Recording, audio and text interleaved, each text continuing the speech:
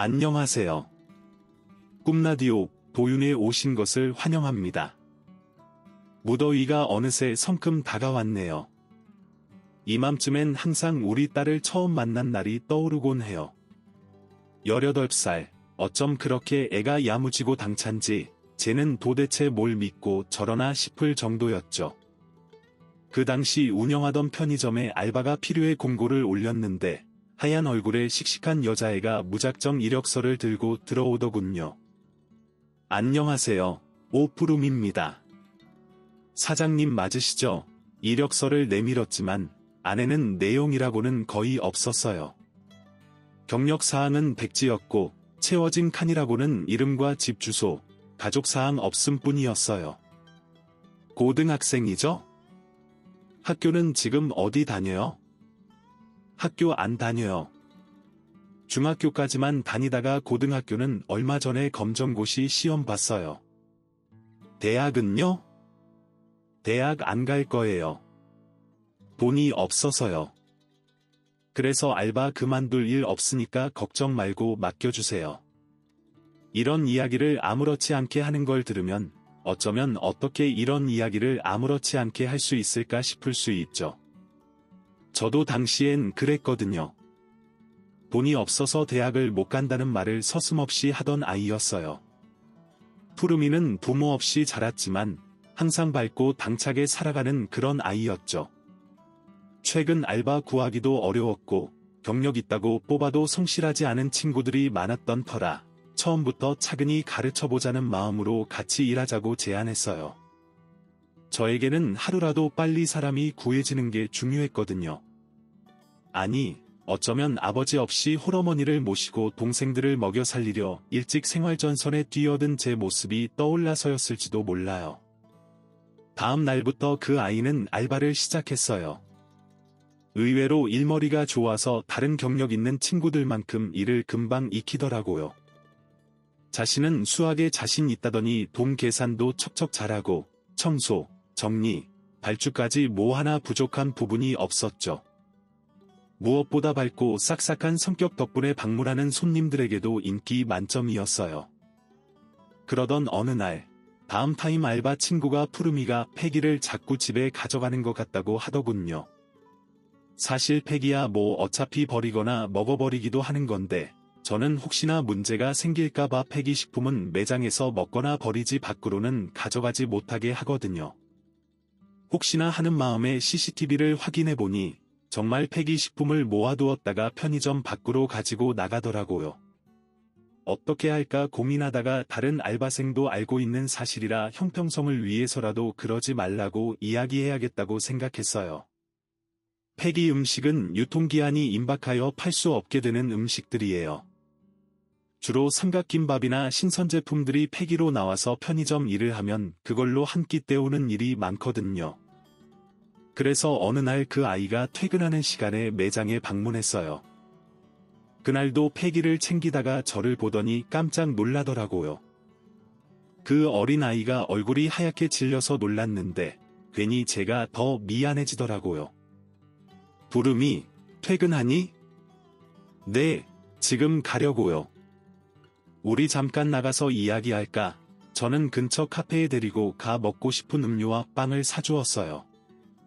아이는 안절부절 못하면서 어리둥절한 표정으로 연신 제 눈치만 보더라고요. 부름아, 나는 내가 일도 잘하고 성실하고 무엇보다 밝고 싹싹해서 아주 좋은 직원이라고 생각해. 내가 지켜본 너는 늘 보이지 않는 곳에서도 열심히 하는 아이였기 때문에 어떤 사정이 있지 않을까 싶은데, 맞니? 내내 고개를 떨구고 손톱을 뜯던 아이의 손가락 위로 눈물이 뚝뚝 떨어지더군요. 억지로 눈물을 닦으며 말을 잇기 시작했어요. 사실은 저, 아이가 있어요. 남편도 있고요. 예상 밖의 이야기에 저는 정말 깜짝 놀랐어요. 그리고 아이 입에서 나온 이야기들에 가슴이 찢어질 것 같았죠. 그 아이는 이제 만 18살, 아이의 남편은 19살이에요. 어린 시절 보육원에 맡겨진 두 사람은 어릴 때부터 절친한 사이로 지냈다고 해요. 다른 아이들이 입양을 가거나 다른 곳으로 떠나는 사이에도 그 두 사람은 계속 그 고아원에 남아 서로에게 가장 의지가 되는 존재였다고 해요. 하지만 보육원에는 계속해서 어린 친구들이 들어왔고, 나이가 많은 아이들은 어느 순간이 되면 그곳을 떠나야 했어요. 먼저 나이가 든 남자친구는 자립할 때 쓰라고 정부에서 준 돈과 그동안 했던 알바비를 모아 월세방을 마련했다고 해요. 그리고 뒤이어 나온 푸르미도 다른 갈 곳이 없었기 때문에 자연스레 그 집에 들어가 살게 되었죠. 원래도 대학에 갈 생각은 없었어요. 중학교만 졸업하면 바로 돈을 벌려고 했는데 보육원 원장님께서 공부를 곧 잘하는 편인데 아깝다며 검정고시로 고등학교는 반드시 졸업하라고 설득하셨죠. 시험에 합격하고 얼마 지나지 않아 임신했다는 사실을 알게 됐어요. 그동안 보육원에서 도움을 많이 받았는데 임산부인 제가 그곳에 있으면 다른 아이들에게도 안 좋은 영향을 줄 것 같고 원장님과 선생님께도 폐를 끼치는 것 같았어요. 그래서 오빠네 집에서 같이 살게 되었고 올 초에 출산했어요. 상상도 못한 이야기에 저는 할 말을 잃었습니다. 혼자 사느라 밥 해먹기가 귀찮아서라거나 그냥 버려질 음식 아까워서 간식 삼아 먹으려고 가져갔거나 겨우 그런 정도의 이유만 생각했기 때문이죠. 이렇게 어마어마한 이야기를 듣다니 눈앞이 캄캄해졌습니다. 이 일을 어쩌나 내가 이 아이를 도와야 하나? 돕는다면 어디까지 도와야 하나? 아니, 내가 이걸 도울 수 있을까? 사람이라는 게 참 이기적인 게 가슴 아픈 이야기를 털어놓는 아이 앞에서 나는 이 아이를 도울 금전적 방법과 그것이 얼마나 들어가야 할지 따위를 계산하고 있었습니다. 그때 아이의 핸드폰에 전화가 울리며 남편인 듯한 남자와 아기 사진이 눈에 보였습니다. 그리고 그때 제 앞을 스쳐가는 한 이미지가 있었습니다. 바로 저희 어머니. 어머니 또한 꽤 어린 나이에 남편 없이 자식을 하나도 아니고 셋씩이나 줄줄이 혼자 고군분투하며 저를 키우셨습니다.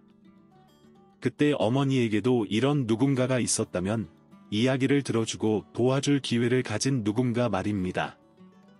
부르마, 내가 편의점을 여러 개 운영하고 있어 부유해 보일 수도 있지만 나도 사람들이 기대하는 만큼 부자는 아니란다. 그렇지만 그래도 내가 너보다는 가진 것이 많겠지. 나는 네가 그런 일을 겪고 있는지도 몰랐다. 미안하다. 아니에요. 사장님, 아이 낳고 겨우 모유 수유 마치고는 여기저기 알바 찾으러 돌아다니는데 나이도 어리고 경력도 없다고 어디서도 써주려 하지 않았어요. 일 찾다가 밤에 하는 일이라도 해보려고 갔던 곳에서는 알고 보니 제가 알고 갔던 일과 다른 곳이었어요. 험한 일을 당할 뻔하고 도망쳐 나오기도 했어요. 그렇게 절망적이었던 저에게 유일하게 손 내밀어 주셨던 게 사장님이셨어요. 그것으로 만족했어야 했는데 밥값 아끼겠다고 우유로 겨우 때우며 쓰러지려는 남편을 보니까 저도 모르게 그만. 죄송해요. 사장님, 정말 죄송해요. 이 아이에게 무슨 잘못이 있을까?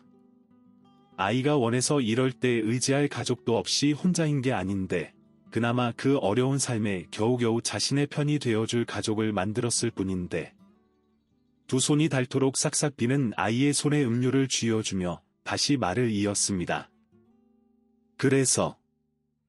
그래서 내 삶을 구원해 줄 정도로 너를 도와주기는 힘들 거야.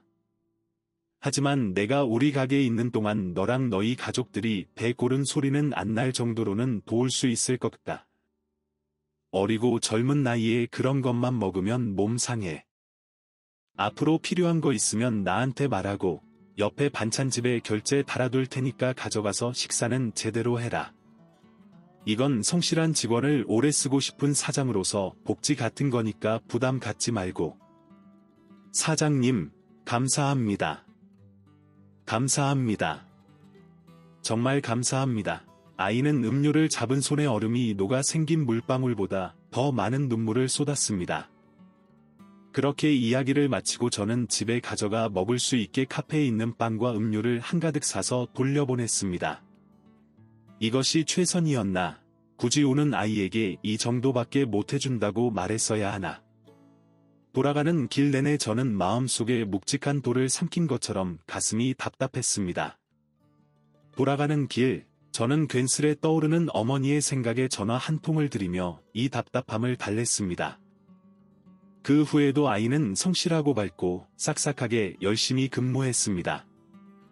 옆에 반찬 가게에 결제해 두었지만 그래도 눈치가 보였는지 반찬도 저렴한 종류 위주로 가져가고 그 양도 두 사람 양에 훨씬 못 미치게 가져간다더군요. 괜스레 마음이 더 쓰이는 터라 저는 사장님께 말해 일부러 고기 종류도 더 챙겨주시라 부탁드렸고 종종 아이 기저귀나 분유 등을 챙겨 괜찮다고 손사래를 치는 아이에게 억지로 안겨주었습니다. 푸르미는 몇 번을 거듭 거절하더라고요. 푸르마, 내가 자식도 없고 손주도 없는데 언제 아기 기저귀니 분유니 사보겠니? 난 오히려 안 해봤던 아버지 노릇 경험해보는 것 같아서 너무 즐겁다. 그러니까 내가 아니고 나를 위해 그러는 거니까 네가 좀 이해하고 받아주렴. 부인과 저는 결혼한 지 20년이 넘었지만 아이가 없었어요. 결혼한 지 얼마 안 되어서 부인은 자궁에 큰 병이 생겨서 수술을 해야 했거든요. 입양도 생각해봤지만 저희 둘이 지내는 것도 충분히 행복했고 편의점을 또 여러 개 운영하다 보니 정신없이 바빠 아이 키울 시간도 없더라고요. 아마 그래서 푸르미가 더 애틋하게 생각됐던 것 같아요. 그러던 어느 날 푸르미로부터 갑작스러운 전화가 왔습니다. 사장님, 죄송하지만 제가 내일 하루 일을 못할 것 같아요. 보르마, 너 무슨 일 있니? 저 사실은 저희 남편이 배달하다가 사고를 당했어요. 그래서 지금 병원인데 내일까지는 결과를 봐야 한다고 해서 내일 당장 아이 봐줄 사람이 없어요. 사고를 많이 다친 거야? 너는 괜찮고? 네, 저는 괜찮아요. 아주 심하게는 아닌데 한동안 움직이는데 무리가 있을 것 같다고 해요. 죄송합니다. 아이고, 죄송하긴 뭐가 죄송해. 일단 알겠어. 가게는 걱정하지 말고 이따 병원 주소 좀 문자로 보내주렴. 저는 우선 아내에게 이 사실을 이야기했습니다. 이 이야기를 하기 위해서 그동안 푸르미와 있었던 일을 모두 이야기했습니다. 사실 그동안 괜한데 마음 쓴다고 잔소리 들을까봐 푸르미 이야기를 선뜻 하지 못했었거든요. 아내는 이야기를 듣더니 이렇게 중요한 이야기를 왜 이제야 하냐며 제 등짝을 찰싹 때리며 눈을 흘겼어요. 내일 매장은 내가 볼 테니까 당신은 병원 갔다 와. 그리고 일하는 동안 아이 데려와도 되고 혹시 괜찮으면 내가 아이 봐준다고 물어봐줘. 여보, 과일 이런 거 사가지 말고 요즘 애들 좋아하는 거 케이크, 과자 이런 거 사가. 마음 따뜻한 아내 이야기에 저는 그동안 푸르미 이야기를 아내가 어떻게 받아들일까 고민했던 것이 괜한 기호였구나 싶었습니다. 다음날 아내는 푸르미가 일하는 3호점으로 근무하러 나가고 저는 아내의 의견을 따라 병원 근처의 빵집에서 빵과 음료를 사 갔습니다. 6명이 누워있는 다인실로 향하니 멀리서부터 아기 울음소리가 들렸습니다. 들어가니 복잡한 침대들 끝에 누워있는 한 어린 남자아이와 아기를 안고 있는 푸르미가 보였습니다. 저렇게 어린 나이에 엄마가 되어 우는 아이를 달래는 푸르미를 보니 다시 한번 마음이 아파졌습니다. 사장님, 안녕하세요. 아이고, 환자가 뭐 일어나려고 해요? 누워요. 이거 빵이랑 음료인데 우리 아내가 애들은 과일보다 이런 걸 더 좋아한다고 사오라고 하더라고요. 감사합니다. 푸르미 남편 강초원입니다. 푸르미한테 이야기 많이 들었어요. 그동안 많이 챙겨주셨다고 정말 감사합니다. 이런 거 안 사오셔도 되는데 감사합니다. 사장님, 일도 못 가고 죄송해요. 아니야, 생각보다 많이 다치셨네. 얼른 다시 누워요. 이 와중에 무슨 일이야? 매장은 내가 알아서 할 테니까 걱정 말고 쉬어. 감사합니다. 사장님, 정말 감사해요. 다리랑 팔에 붕대를 감고 얼굴 곳곳에도 타박상을 입은 남편은 아직 한창 앳된 얼굴인데 한 집안의 가장이라니 이 어린 가족을 보고 있으니 계속해서 마음이 저리더군요. 그리고 푸르마, 혹시 병간호하는데 아이 봐줄 사람이 없으면 우리 아내가 봐줄 수 있다는데 어떻게 생각하니? 정말요? 제가 너무 패 끼치는 건 아닐까요? 사실 병실에 사람도 많고 아이도 낯설어서인지 많이 울어서 다른 환자분들도 제대로 쉬지를 못하거든요. 그래, 이렇게 사람도 많고 낯선 환경에 있으면 아무래도 다들 힘들 거야. 애기 짐이랑 필요한 것들 챙겨주면 내일부터는 나랑 아내가 봐줄게. 내일도 걱정 말고 간호하면서 푸름이, 너도 건강 잘 챙기고. 감사해요. 사장님, 이 은혜를 어떻게 갚아야 할지. 푸름이, 너 오고 매출도 많이 오르고 손님들도 다 좋아해. 다시 돌아오면 또 열심히 일해주렴. 그리고 너희 가족들이 행복한 거, 행복하고 좋은 사람으로 사는 거, 그거면 된다. 다음 날, 푸르미는 아이 기저귀, 분유, 젖병, 장난감, 옷 등등 이런저런 물품을 가지고 매장을 찾아왔어요. 마침 아내도 같이 있었죠. 아내의 그런 모습은 정말 오랜만이었어요. 푸르미와 아이를 보자 두 눈이 눈부시게 반짝거리는 모습. 아이를 품에 안은 아내는 세상의 모든 행복을 껴안는 사람처럼 웃었죠. 감사합니다, 사장님. 감사합니다, 사모님. 아니에요. 이렇게 예쁜 아이를 돌봐줄 수 있게 해줘서 오히려 내가 더 고마운걸. 아기는 걱정 말고 남편 간호 잘하고 간병도 건강해야 할 수 있어. 밥도 잘 챙겨 먹고, 알았죠? 그 후로 일주일, 푸르미는 남편과 함께 퇴원했다는 연락을 하며 그동안 감사했다고 롤케이크를 사왔어요. 아내는 맛있는 걸 해주겠다며 부부를 집으로 초대했죠. 갈비찜에 잡채까지 정말 한상 차림을 한 아내는 뭐가 그렇게 즐거운지 연신 콧노래를 부르면서 요리하더라고요. 여보, 뭐가 그렇게 좋아? 뭔가 푸르미네가 온다고 하니까 마치 딸아이가 집에 놀러오는 것 같지 않아. 애들도 싹싹하고 예의도 바르고 갑자기 자식들 생긴 기분이라 너무 좋아. 사춘기라서 다투고 힘든 부분들은 뛰어넘고 예쁜 아이들이 셋이나 생겼으니 좋을 수밖에. 이렇게까지 행복해하는 아내를 보니 푸르미가 우리 알바생으로 들어온 게 복덩이가 굴러온 거구나 싶었어요. 거실에서 아이를 보면서 웃고 있는 새 식구를 보니 그래 내가 만약 딸아이가 있었다면 지금쯤 결혼해서 저렇게 손주도 데리고 저런 모습일 수 있겠구나 어쩌면 우리 부부가 그렇게 노력해도 되지 않았던 그 꿈이 저 아이들이 될 수도 있겠구나 싶더라고요. 요리를 준비하는 아내, 그 옆을 돕는 척갓난 아이와 남편과 함께 식사를 기다리는 새 식구. 지금 한 지붕 아래에 있는 저희 모두는 누가 봐도 가족 같았죠. 진짜 가족 그렇게 저녁 식사 자리에 앉아 맛있게 밥을 먹고 둘러앉아 이야기를 나누던 중 갑자기 푸르미의 핸드폰이 울렸습니다. 자리에서 일어나 전화를 받는데 전화 너머로 날카로운 목소리가 소리를 지르더군요. 아가씨 제정신이야. 전화 내용을 다 듣지는 못했지만 심각한 상황인 것 같았어요.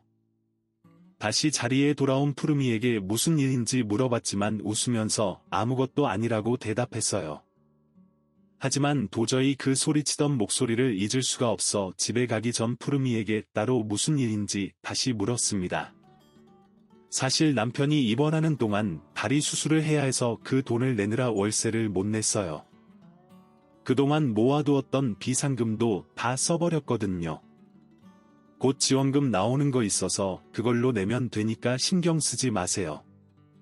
이럴 때 마음 편히 기대도 되는데 이런 일을 말 못하고 혼자서 숨기려는 모습이 안타까웠습니다.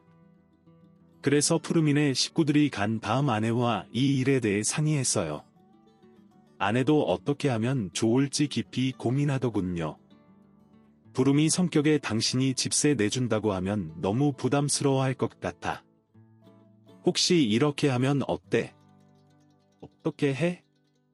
초원이 배달 일하다가 사고 난 거라며 지금 다리에 철심 박아서 한동안 많이 움직이는 일을 하지도 못하고 마침 2호점의 야간 알바가 다음 주까지만 근무하는데 알바생으로 쓰면서 급여를 좀 가불해준다고 미리 주면 어때? 그거 정말 좋은 생각인데 안 그래도 수입이 확 줄어서 걱정될 텐데 일하는 거로 월급 주니까 두 사람 다 부담될 일도 없을 것이고 야간이면 시급도 더 주니까 배달만큼은 아니어도 일 못하는 것보다 낫겠지. 다음 날 저는 푸르미가 퇴근하는 시간에 맞춰 이 이야기를 전하러 갔어요. 안 그래도 남편이 벌써 일할 곳을 찾고 있다더군요. 그 몸으로 일할 곳이 마땅치도 않은데 어떻게든 하겠다면서 그 다음 주부터 푸르미는 계속 3호점에서 남편 초원이는 근처의 2호점에서 근무하게 되었어요. 둘 다 근무 시간이 다르다 보니까 돌아가면서 아이도 볼 수 있다며 너무 좋아하더라고요. 그 아이 남편도 그 아이 못지않게 성실한 청년이었어요. 다친 바위 나을 때까지는 쉬엄쉬엄 하라고 의자도 놔주고 카운터만 보라고 일렀는데도 굳이 물건 정리부터 쓰레기 내다 버리기까지 일하는 시간 내내 쉬지도 않고 분주히 움직이더라고요. 덕분에 매장이 전보다 훨씬 깔끔해지고 정리되었다며 아내도 너무 좋아했어요. 그렇게 1년 두 사람 덕분에 매장은 저희가 더 이상 신경 쓰지 않아도 될 정도로 여유 있게 돌아갔어요.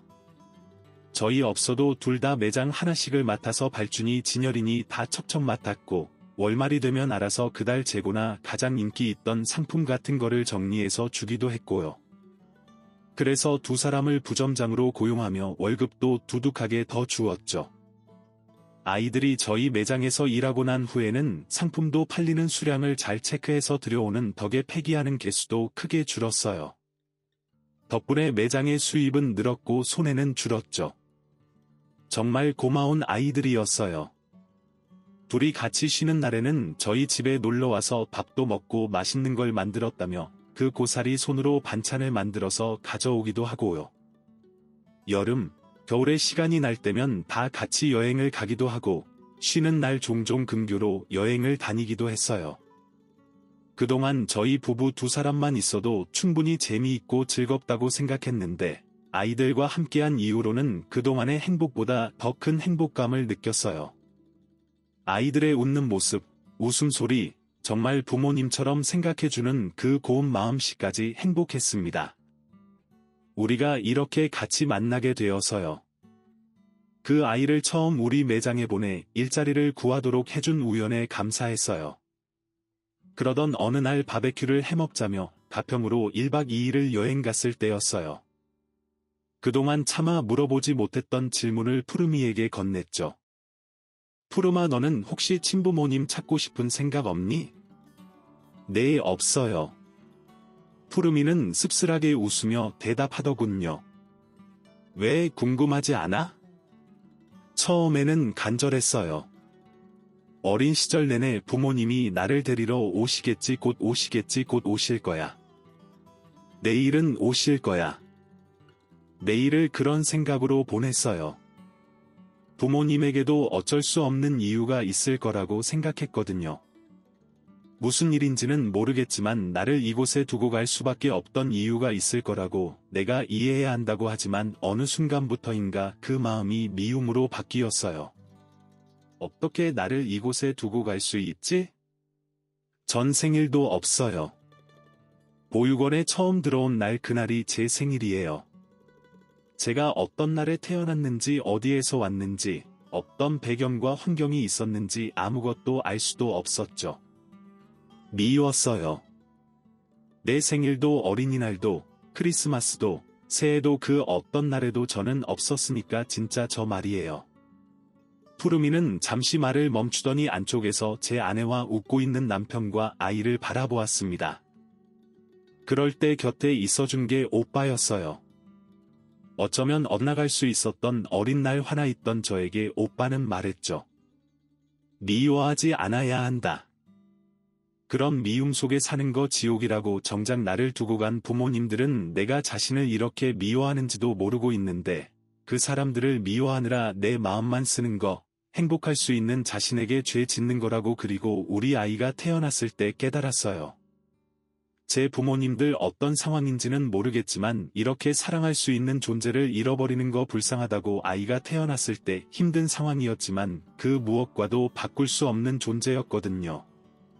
태어나자마자 처음 보자마자 너무 사랑하게 됐어요. 근데 그걸 느끼지 못하고 함께하지 못하고 이렇게 버려둔 거잖아요. 그래서 이제는 그냥 괜찮아요. 눈물 한 방울 없이 웃으면서 이야기를 마무리 짓는 푸르미를 보니 이 아이가 얼마나 내면이 단단한 사람인지 알 것 같았습니다. 그리고 얼마나 오랫동안 이런 생각을 하며 자신을 단단하게 했는지도요. 아이가 이렇게 생각할 수 있도록 곁에서 함께해준 초원이에게도 고마웠어요. 어쩌면 보육원에서 자란 10대 아이들이 어린 나이에 임신까지 해서 애를 낳았다고 혹자는 손가락질할지도 모를 일입니다. 저도 이 아이에 대해 잘 몰랐다면 섣불리 판단했을 거예요. 하지만 이 아이들은 그저 세상에 서로밖에 없었고 그 외로운 시간 속에서 남들보다 조금 더 빨리 가족을 이루었을 뿐이에요. 누구보다 가족이 필요한 사람들이었으니까요. 몇 개월 후 지방에 사는 어머니께서 몸이 많이 안 좋으시다는 이야기를 들었습니다. 동생들은 해외에 있는 터라 어머니를 돌봐줄 사람이 없었어요. 어머니가 계신 병원에 다녀온 저는 고민이 깊어졌습니다. 간병인을 고용했지만 마음이 편치 않았어요. 혹시나 어머니에게 무슨 일이 생긴다면 바로 달려가 볼 수 있는 거리가 아니었으니까요. 아내와 이야기를 나누었습니다. 어떻게 하면 좋을지에 대해서요. 이사 가는 게 어떨까? 어머니 계신 근처로. 그럼 가게는 어쩌지?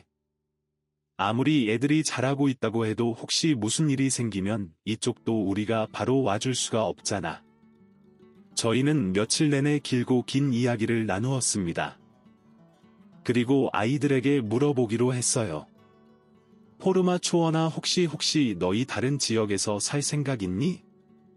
대구 쪽에 사장님 그동안 걱정 있어 보이시던 게 혹시 이 일이에요?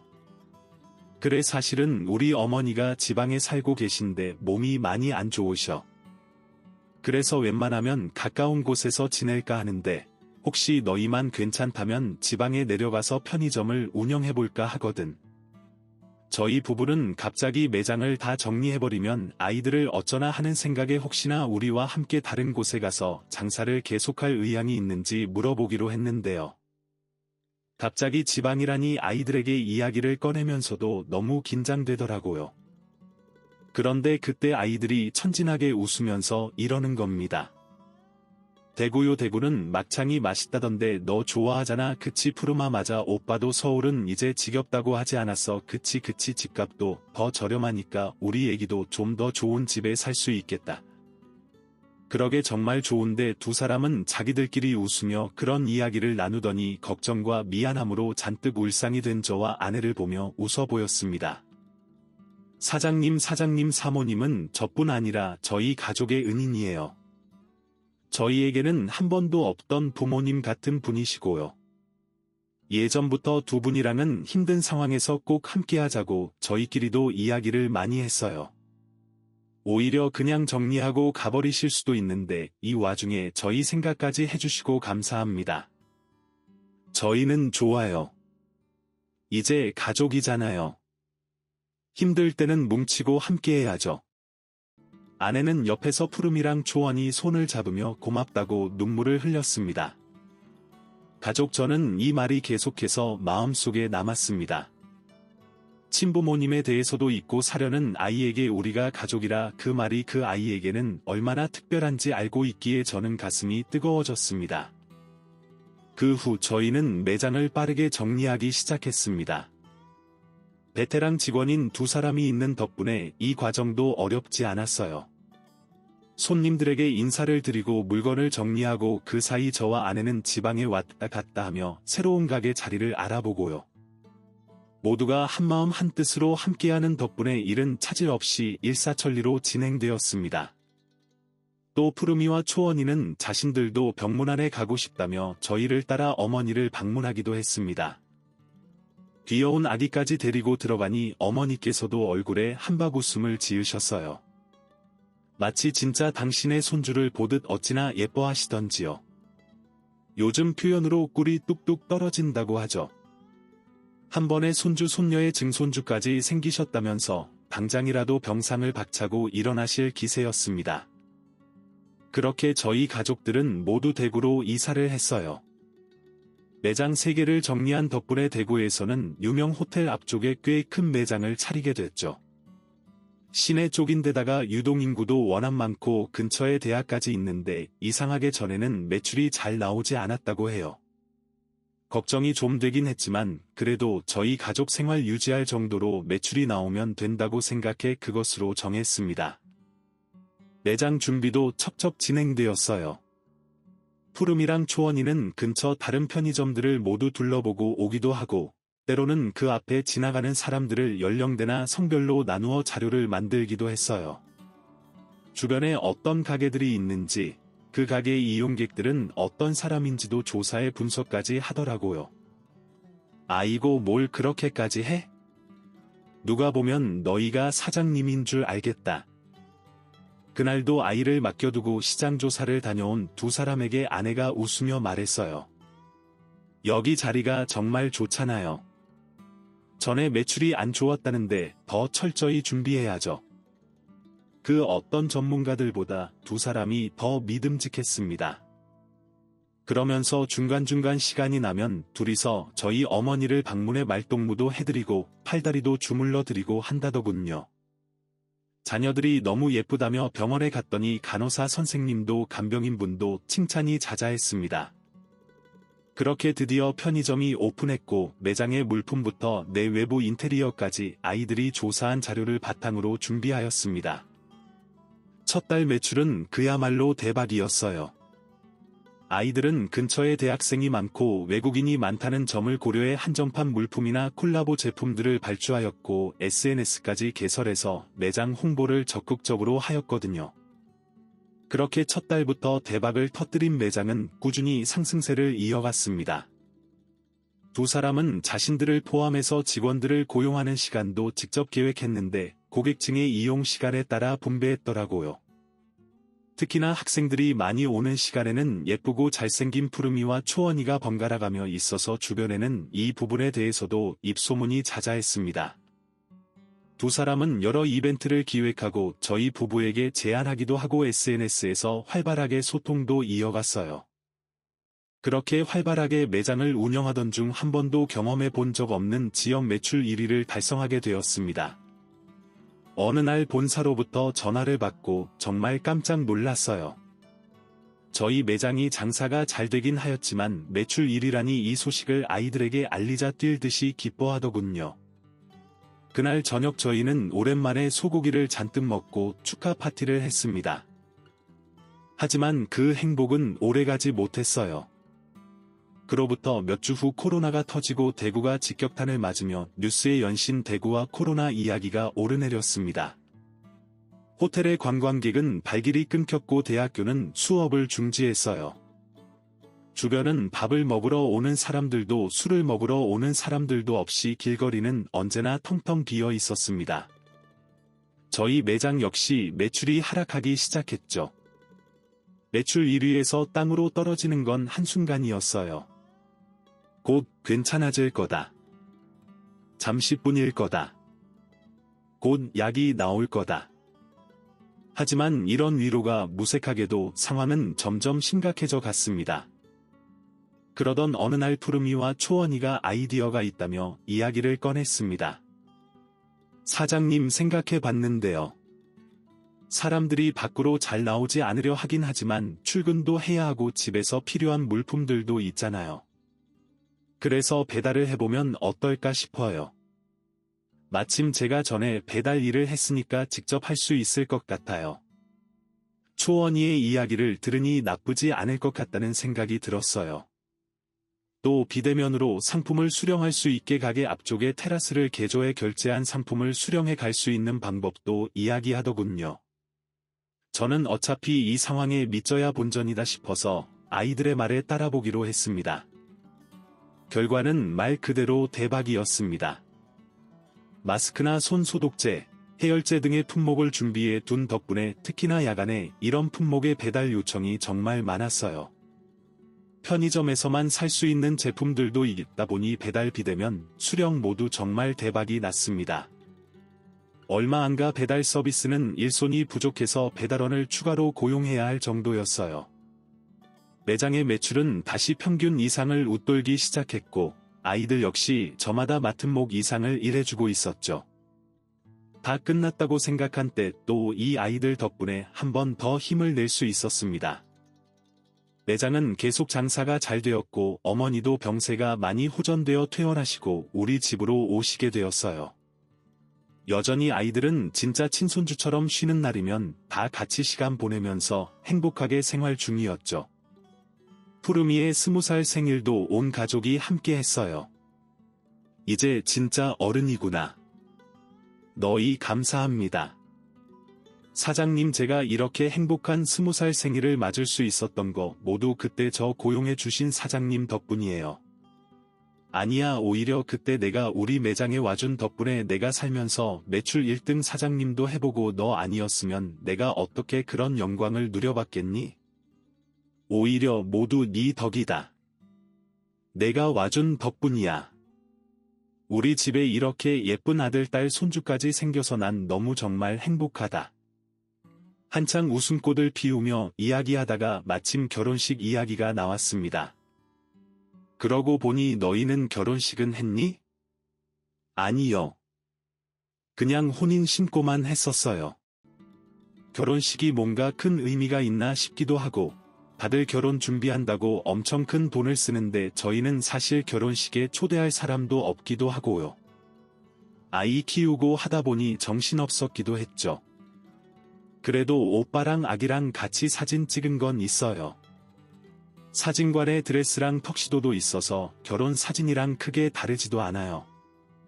그렇게 이야기하며 핸드폰에 저장되어 있던 사진을 보여주는데 왜 진작 이런 생각을 못했을까 싶었습니다. 그러고 보니 이 아이들 처음 저랑 만났을 때 밥값 좀 아껴보겠다고 날짜 지난 음식을 나누어 먹던 아이들이었는데 그 후 저랑 아내는 상의 끝에 그동안 아이들에게 받은 게 너무 많다 보니 결혼식은 저희 돈으로 해주자 싶었어요. 특히나 아내는 평생에 한 번뿐인데 이대로 지나갈 수 없다며 적극적으로 추진했죠. 아이들에게도 이 사실을 이야기했어요. 그래서 혹시 몰라서 너희 전에 있던 보육원 원장님께 연락을 드렸어. 너무 기뻐하시더라. 결혼식 열면 너희랑 친했던 아이들 데리고 꼭 참석하고 싶으시다고 하지만 사장님, 저희 이미 받은 게 너무 많아요. 그런 것까지 해주실 필요 없어요. 내가 해주고 싶어서 그래. 내 평생 언제 또 이렇게 어린 친구들 결혼식을 해줘 보겠니? 또 내가 해보니까 평생에 한 번뿐인데 멋지게 턱시도 차려입고 예쁘게 드레스 입고 하는 거 한 번은 해볼 만하더라. 한사코 거절하는 아이들을 계속 설득해 저희는 결혼식을 하기로 했습니다. 알고 보니 이 아이들 그동안 벌었던 돈으로 자기들이 있던 보육원에 후원까지 하고 있더라고요. 결혼 소식을 알려주려 전화한 보육원 원장님께서 저에게 감사하다고 인사를 하였습니다. 저는 알지도 못했던 건데 자신이 받은 거에 욕심 부리지 않고 기꺼이 부족한 사람들에게 나누다니. 이렇게 심성이 고운 아이들이 또 있을까 싶었어요. 어린 아이들이었지만 인간적으로 제가 배우는 게 참 많았습니다. 그렇게 아내의 적극적인 추진으로 저희는 발빠르게 결혼 준비를 해나갔습니다. 결혼식장도 고르고 드레스랑 턱시도도 보러 다니고 청첩장도 고르면서 아내는 정말 자식 가진 부모처럼 행복해했어요. 사장님, 사모님, 저희가 준비한 게 있어요. 이게 뭐야? 어머, 이렇게 비싼 가방이랑 시계를 원래 결혼할 때 양쪽 부모님께 예물이라고 선물을 드린다고 하더라고요. 저희에게는 사장님, 사모님이 저희 두 사람의 부모님이시잖아요. 아직 엄청 좋은 것은 못 사드리지만 많이 부족하지만 받아주세요. 아이들이 내민 선물에 저까지 눈시울이 붉어졌습니다.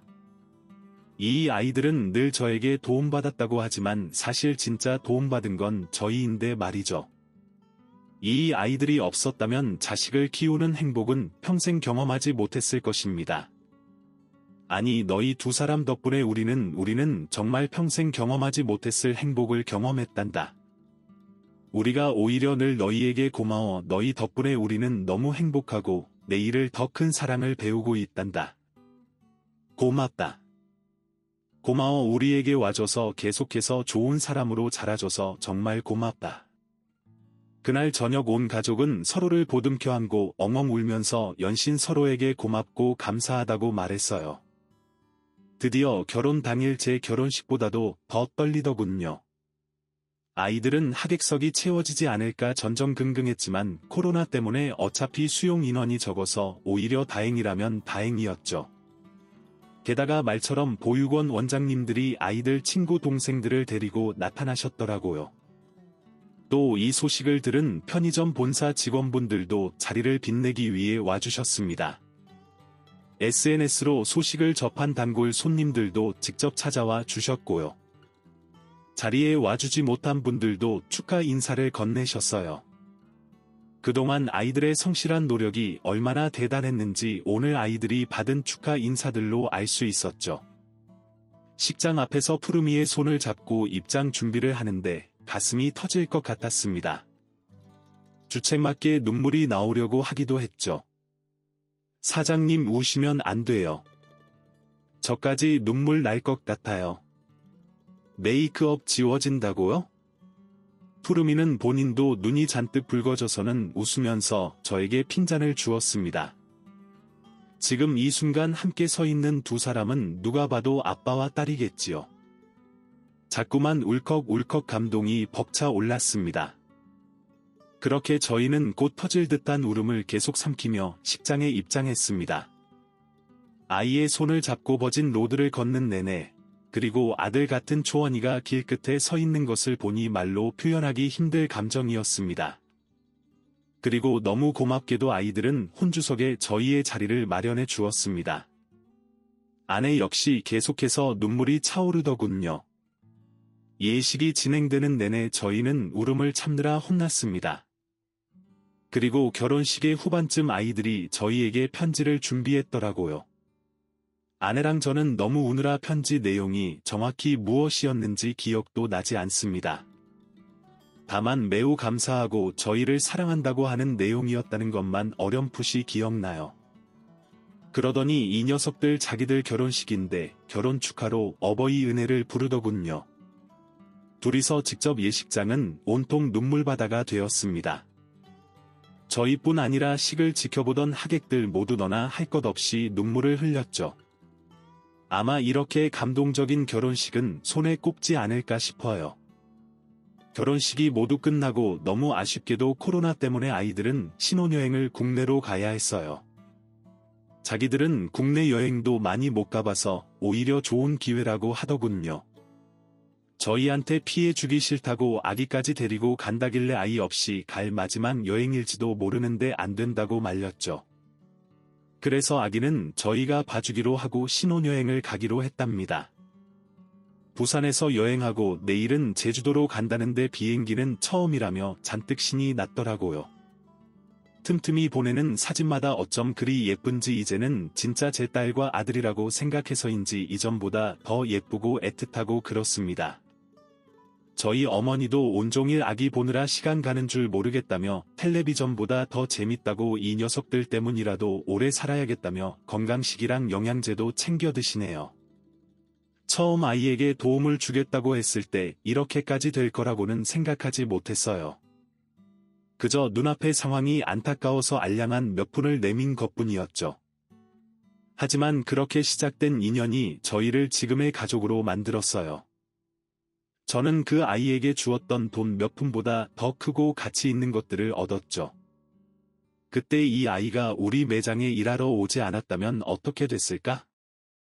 그렇다고 저와 아내의 삶이 불행하지는 않았겠지만 이 정도의 행복을 누릴 수 없었겠죠. 도전해보세요. 경력 없는 아이가 매출 1위 매장의 점장이 됐듯이 어떤 미래가 기다리고 있을지 모르잖아요. 그리고 손 내밀어 보세요. 지금 내가 곁에 있어주는 사람이 나에게 어떤 미래를 가져다 줄지도 모르는 거니까요. 지금 많은 일로 고민하고 있다면 주변에 도움이 필요한 사람에게 그것을 망설이고 있다면 저는 고민만 하지 말고 실행해보라고 이야기해드리고 싶어요. 그것이 저도 저의 아내와 어머니도 또 3명의 아이들의 인생도 완전히 바꿔주었으니까요. 그럼 제 사연은 여기서 마무리 짓고 저는 저희 손주를 보러 가봐야겠네요. 지금까지 긴 이야기였지만 들어주신 모든 분께 감사합니다. 이 이야기를 들은 모든 분이 행복한 미래에 매일 더 가까워지길 바랍니다. 지금까지 사연 들어주셔서 감사합니다. 사연이 재미있으셨다면 구독과 좋아요를 눌러주세요. 감사합니다. 안녕히 계세요.